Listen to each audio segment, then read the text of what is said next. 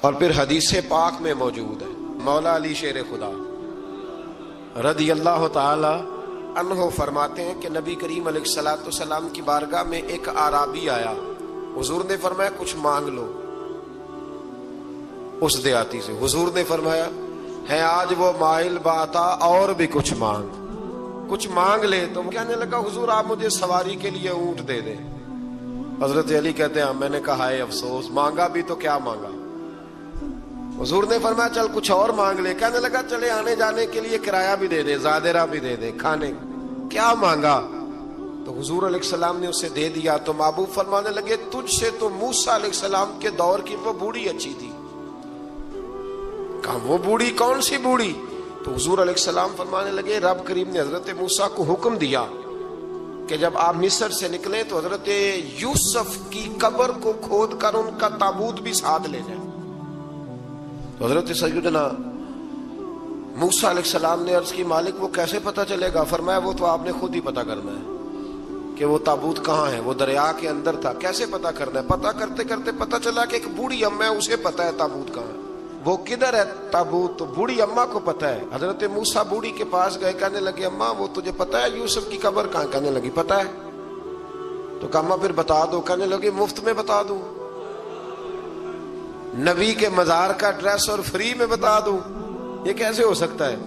تو حضرت سیدنا موسیٰ فرمانے لگے چل قیمت لے۔ طبرانی کی حدیث ہے، حضور بیان فرماتے ہیں حضرت موسیٰ کہنے لگے بتا کیا لے گی؟ کہنے لگی مجھے نا جنت میں وہ والا مکان دلائیں جس کے پڑوسی موسیٰ علیہ السلام ہو، میری اور آپ کی دیوار کٹھی ہو، کی عقیدہ کند اللہ اکبر۔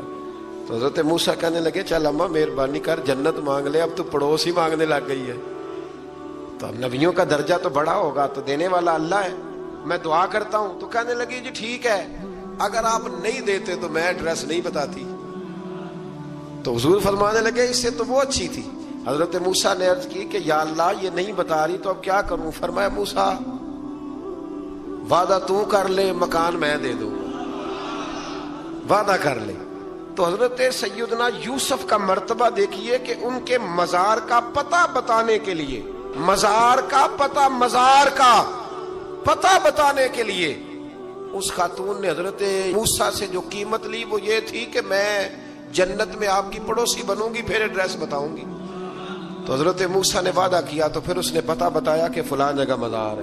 یہ تقریباً سینکڑوں سال بعد حضرت موسیٰ وہ وہاں سے نکال کے تابوت اپنے ساتھ لے کر کے گئے۔ یہ وہ واقعہ جسے قرآن نے احسن القصص قرار دیا۔ اللہ کریم نے ہمیں اس واقعے میں یہ بتایا ہے کہ معاملات زندگی سے گھبرایا نہ کرو، جب بھی کوئی آزمائش آتی ہے نا تو پھر اللہ دو آسانیاں عطا کرتا ہے۔ اور یہ بھی یاد رکھیں جو آسانیوں والے ہوتے ہیں نا آزمائشیں بھی انہیں آتی ہیں، جو لاڈلے زیادہ ہوتے ہیں کئی دفعہ تکلیفیں بھی زیادہ۔ اللہ تعالیٰ لاڈلوں کو تکلیفوں سے محفوظ رکھے، لیکن تکلیفیں بھی زیادہ انہیں آتی ہیں۔ حضرت یوسف لاڈلے تھے تو سیدھے کنویں میں گئے تھے، لیکن اللہ بڑا کریم ہے، بھائیوں نے 20 درہم قیمت لگائی تو رب کریم نے فرمایا دیکھنا پھر میں اپنے یوسف کی کیا قیمت بیان کرتا۔ پھر کروڑوں اور اربوں قیمت لگی، پھر کہاں کی آزمائش تھی، کہاں کی بات تھی، وہ ہر جگہ صابر رہے، کسی جگہ ان کا کوئی شکوہ نظر، ایک تقوی دوسرا صبر، خاموشی۔ ہم لوگ نا بول کے لڑ کے فتح حاصل کرنا چاہتے ہیں، یاد رکھنا۔ آخری بات عرض کرنے لگا ہوں، صبر کرنا اور کام کرنا، صبر کرنا اور اپنے حصے کا رزلٹ اپنی مرضی کا نہ مانگنا، رزلٹ رب کریم کی مرضی کا، نتیجہ صبر کریں اور اپنے حصے کی ڈیوٹی کریں، پھر دیکھیں اللہ کتنا عطا فرماتا ہے۔ ڈیوٹی میں بھی کمزوری نہ کریں اور بے صبری کا مظاہرہ بھی